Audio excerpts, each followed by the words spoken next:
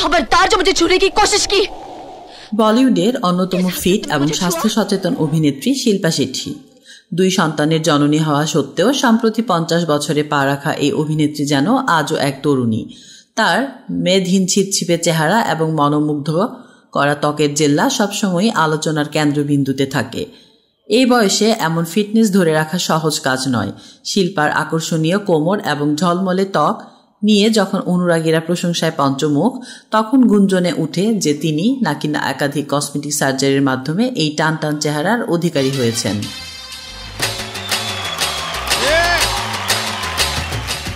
বলিউড পাড়ায় যেখানে নায়িকাদের চিরযৌবন ধরে রাখার জন্য বোটক্স, ফিলার সহ নানা অস্ত্রোপচারের প্রবণতা দেখা যায়, সেখানে শিল্পার সৌন্দর্য নিয়ে এবার মুখ খুলেছেন তার সহ অভিনেতা সঞ্জয় দত্ত।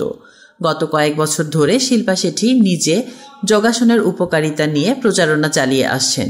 সম্প্রতি মুম্বাইয়ে ক্যাডি দ্য ডেভিল ছবি সাংবাদিক সম্মেলনে হাজির হয়েছিলেন তিনি, সঙ্গে ছিলেন সহ অভিনেতা সঞ্জয় দত্ত। সেখানেই শিল্পার সৌন্দর্য নিয়ে প্রশ্ন উঠলে সব জল্পনা থামিয়ে সঞ্জয় দত্ত সোজাসাপটা বলেন, আমরা ওষুধপত্র না খেয়েই সুন্দর। উল্লেখ্য, অভিনেত্রী শেফালি জিরাওয়ালার মৃত্যুর পর বলিউডের নায়িকাদের মধ্যে যৌবন ধরে রাখার এক তীব্র আকাঙ্ক্ষা নিয়ে নতুন করে আলোচনা শুরু হয়েছে। বলিউডের অনেক অভিনেত্রী নিজেদের সৌন্দর্য বাড়াতে বোটক্স, ফিলার ব্যবহারের কথা স্বীকার করেছেন, আবার কেউ কেউ বিষয়টি গোপন রাখতে চেয়েছেন। তাসলিমা আক্তার শিমু, SBS বাংলা।